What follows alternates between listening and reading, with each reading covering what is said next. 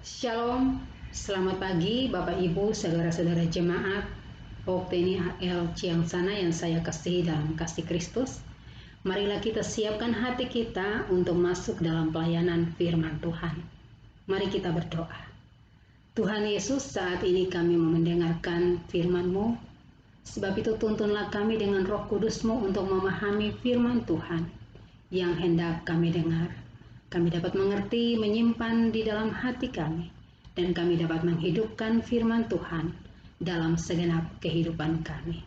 Berfirmanlah Tuhan Yesus, kami telah siap mendengarkan firman Tuhan. Amin. Firman Tuhan pada pagi hari ini terdapat di dalam Kisah Para Rasul pasal 4, ayatnya yang ke-5 sampai dengan 20, demikian firman Tuhan. Pada keesokan harinya, pemimpin-pemimpin Yahudi serta tua-tua dan ahli-ahli Taurat mengadakan sidang di Yerusalem dengan imam besar Hanas dan Kayafas, Yohanes dan Alexander, dan semua orang lain yang termasuk keturunan imam besar. Lalu Petrus dan Yohanes dihadapkan kepada sidang itu dan mulai diperiksa dengan pertanyaan ini, dengan kuasa manakah atau dalam nama siapakah kamu bertindak demikian itu? Maka jawab Petrus penuh dengan Roh Kudus, hai pemimpin-pemimpin umat dan tua-tua, jika kami sekarang harus diperiksa karena suatu kebajikan kepada seorang sakit dan harus menerangkan dengan kuasa manakah orang itu disembuhkan, maka ketahuilah oleh kamu sekalian dan oleh seluruh umat Israel bahwa dalam nama Yesus Kristus orang Nazaret yang telah kamu salibkan, tetapi yang telah dibangkitkan Allah dari antara orang mati, bahwa oleh karena Yesus itulah orang ini berdiri dengan sehat sekarang di depan kamu. Yesus adalah batu yang dibuang oleh tukang-tukang bangunan, yaitu kamu sendiri. Namun ia telah menjadi batu penjuru. Dan keselamatan tidak ada dalam siapapun juga, melainkan di dalam Dia, sebab di bawah kolong langit ini tidak ada nama lain yang diberikan kepada manusia yang olehnya kita dapat diselamatkan. Ketika sidang itu melihat keberanian Petrus dan Yohanes dan mengetahui bahwa keduanya orang biasa yang tidak terpelajar, heranlah mereka dan mereka mengetahui dan mereka mengenal keduanya sebagai pengikut Yesus. Tetapi karena mereka melihat orang yang disembuhkan itu berdiri di samping kedua rasul itu, mereka tidak dapat mengatakan apa-apa untuk membantahnya. Dan setelah mereka menyuruh rasul-rasul itu meninggalkan ruang sidang, berundinglah mereka dan berkata, tindakan apakah yang harus kita ambil terhadap orang-orang ini? Sebab telah nyata kepada semua penduduk Yerusalem bahwa mereka telah mengadakan suatu mujizat yang menyolok dan kita tidak dapat menyangkalnya. Tetapi supaya hal itu jangan makin luas tersiar di antara orang banyak, baiklah kita mengancam dan melarang mereka, supaya mereka jangan berbicara lagi dengan siapapun dalam nama itu. Dan setelah keduanya disuruh masuk, mereka diperintahkan supaya sama sekali jangan berbicara atau mengajar lagi dalam nama Yesus. Tetapi Petrus dan Yohanes menjawab mereka, silakan kamu putuskan sendiri manakah yang benar di hadapan Allah, taat kepada kamu atau taat kepada Allah. Sebab tidak mungkin bagi kami untuk tidak berkata-kata tentang apa yang telah kami lihat dan apa dan yang telah kami dengar. Demikianlah firman Tuhan. Berbahagialah kita semua yang telah mendengarkan firman Tuhan serta melakukannya dalam kehidupan sehari-hari. Haleluya, haleluya, haleluya, haleluya.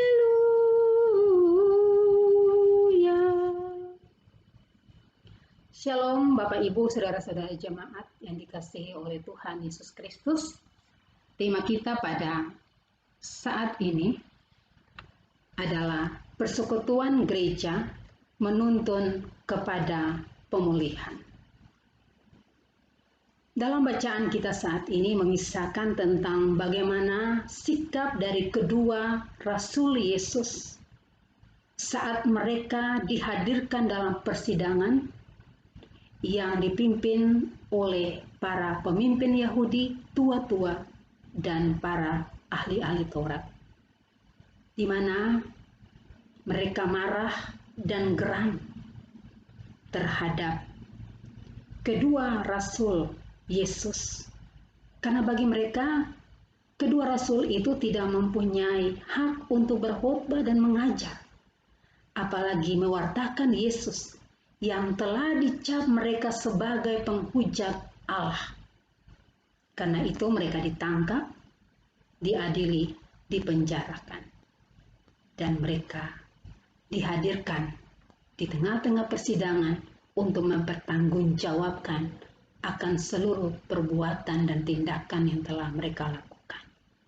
Bapak, Ibu, saudara-saudara yang menarik, di dalam persidangan itu, kedua rasul itu mendapat pertanyaan krusial yang bernuansa politis,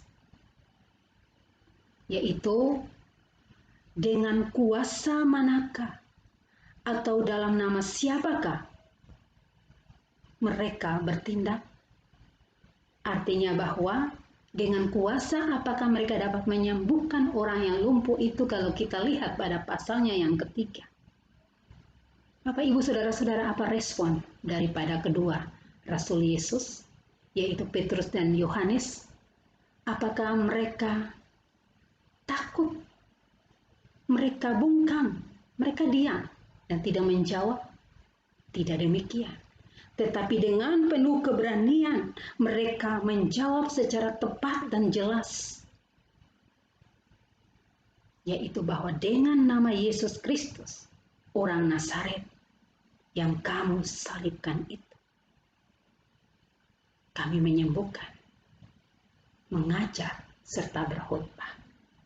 Bapak, Ibu, saudara-saudara, lalu bagaimana respons daripada para pemimpin Yahudi, tua-tua, dan ahli-ahli Taurat ketika mereka mendengarkan jawaban daripada kedua rasul itu?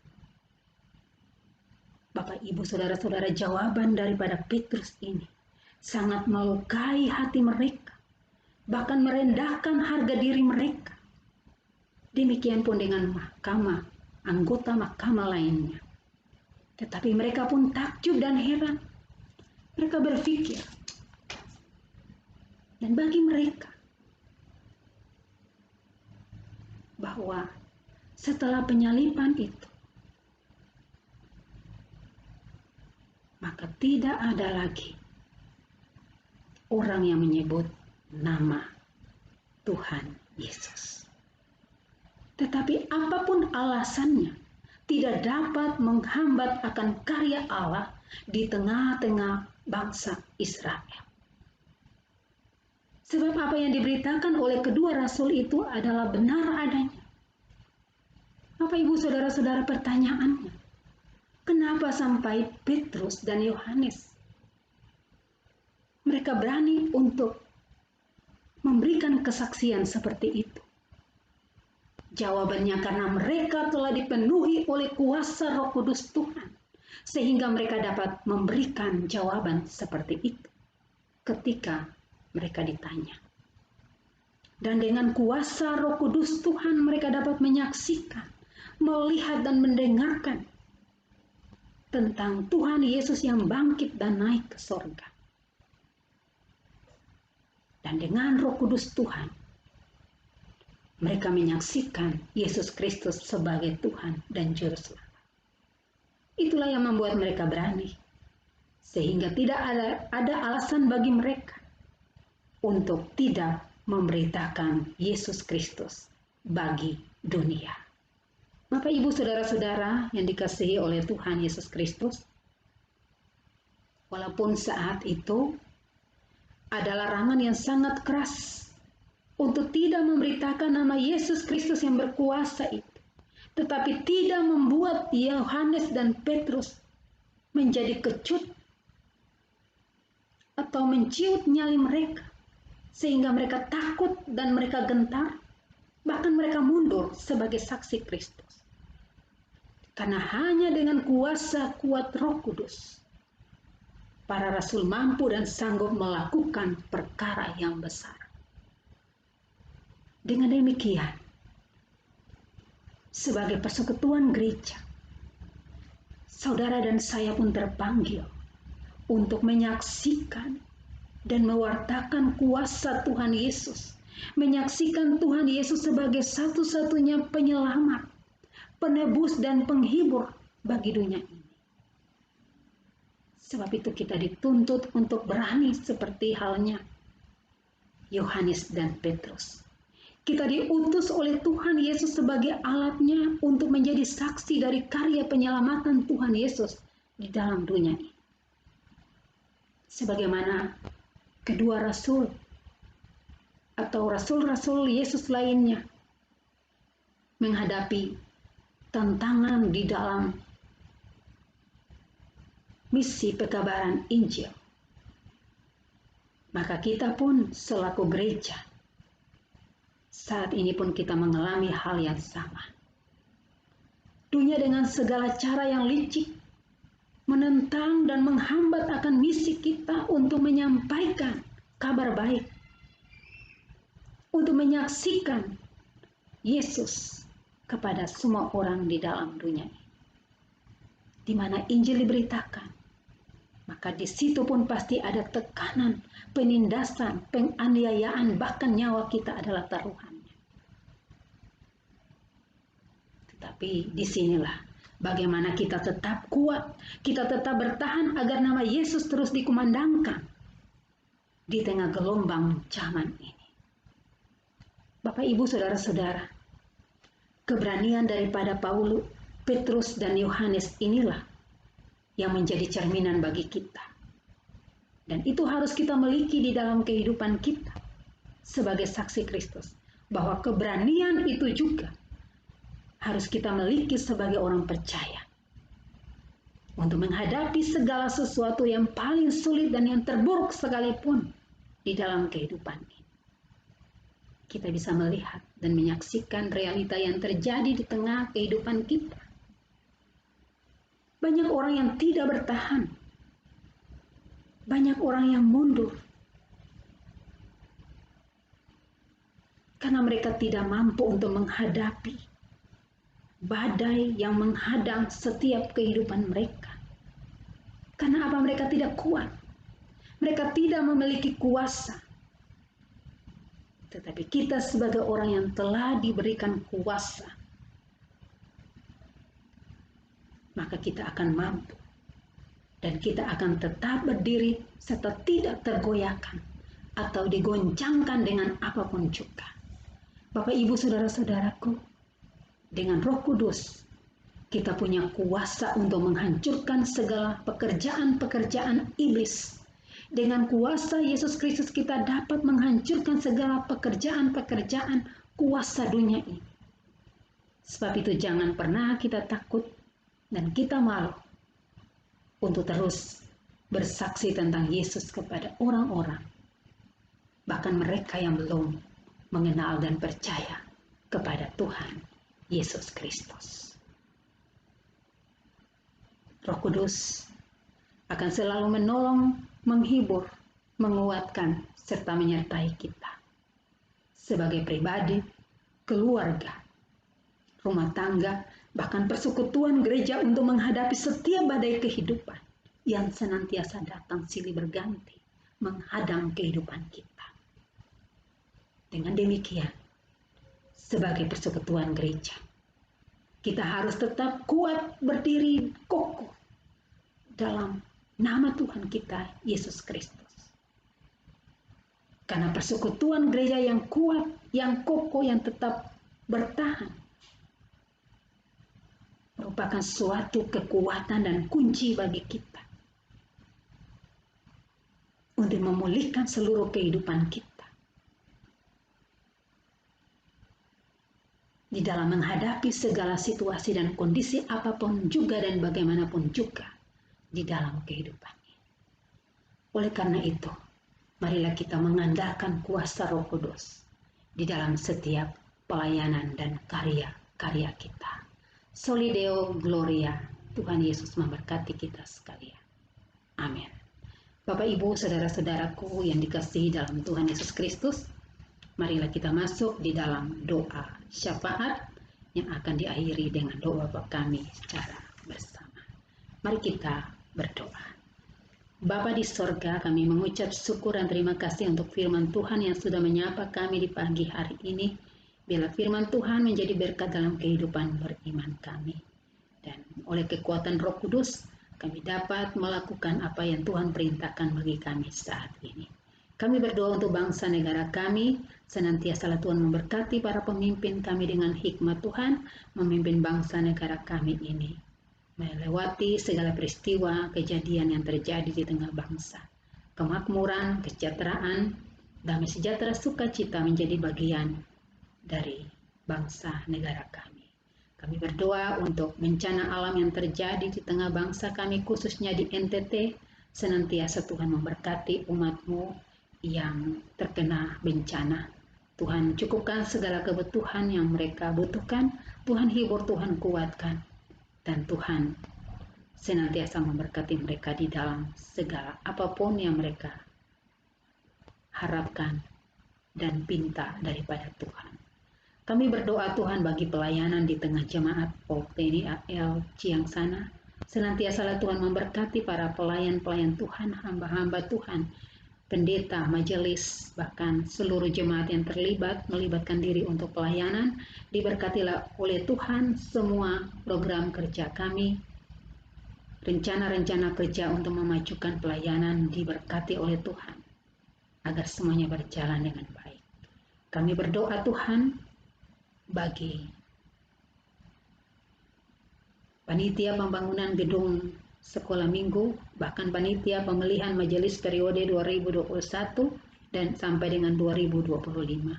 Diberkatilah oleh Tuhan agar dapat menjalankan tugas dan tanggung jawab dengan baik.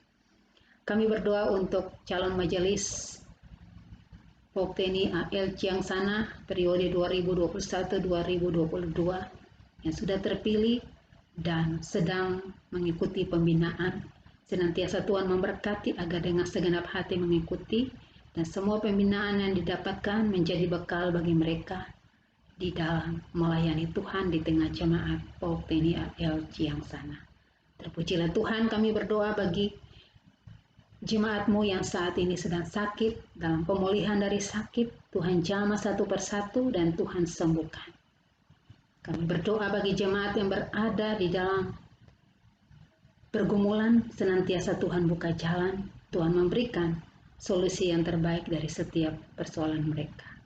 Jemaat yang berdinas di luar kota, Tuhan memberkati keluarga yang ditinggalkan, senantiasa Tuhan jaga. Kami berdoa bagi jemaat yang boleh bersuka cita atas pertambahan setahun usia di bulan April ini, khususnya dari tanggal 18 sampai dengan 25 April 2021. Baik ulang tahun pribadi maupun pernikahan, kami berdoa untuk saudari Angelica Lerinda Maharani, Bapak Medi Sitorus, saudari Vinka Priscilla, saudari Dianti Eklesia Sinaga, saudara Rianto Putra Saragi, Bapak Prendi Saragi, Bapak Herling Bode dan Ibu Winarsi, Bapak Uji Sitanggan dan Ibu Evi Julianti, saudari Cynthia Jivi Rongta Sitanggam, saudari Apriliani Rahmawati Nainggolan, Ibu Pendeta Alicia Patiapon, Ibu Diana E. Umbo, saudari Doroti A. Santauli Tambunan, Ibu Dwi Lestari. Senantiasa Tuhan memberkati di usia yang baru, segala harapan, cita-cita, segala yang dikerjakan Tuhan buat berhasil. Dan kami senantiasa bersyukur kepada Tuhan. Tuhan pun mengajar kami, ya Yesus, untuk senantiasa mengucap syukur di dalam segala hal. Kami akan melangkah masuk di dalam kehidupan kami di minggu yang baru. Kami mohon Tuhan pegang tangan kami, atur langkah kami, teguhkan iman percaya kami, agar dimanapun kami berada, kami menghadirkan shalom bagi sesama. Terpujilah Tuhan Yesus, inilah doa kami, di dalam nama Tuhan kami Yesus Kristus yang telah mengajar kami berdoa bersama. Bapa kami yang di sorga, dikuduskanlah nama-Mu. Datanglah kerajaan-Mu, jadilah kehendak-Mu di bumi seperti di sorga. Berikanlah kami pada hari ini makanan kami yang secukupnya, dan ampunilah kami akan kesalahan kami, seperti kami juga mengampuni orang yang bersalah kepada kami. Dan janganlah membawa kami ke dalam pencobaan, tetapi lepaskanlah kami daripada yang jahat, karena Engkaulah yang punya kerajaan dan kuasa dan kemuliaan sampai selama selama-lamanya. Amin. Bapak, Ibu, Saudara-saudara yang dikasihi oleh Tuhan Yesus Kristus, saya undang kita berdiri dan kita akan menerima berkat Tuhan. Bapak, Ibu, Saudaraku, angkatlah hatimu dan arahkanlah kepada Tuhan, serta terimalah berkat-Nya. Tuhan memberkati engkau dan melindungi engkau. Tuhan menyinari engkau dengan wajah-Nya dan memberi engkau kasih karunia. Tuhan menghadapkan wajah-Nya kepadamu dan memberi engkau damai sejahtera. Amin.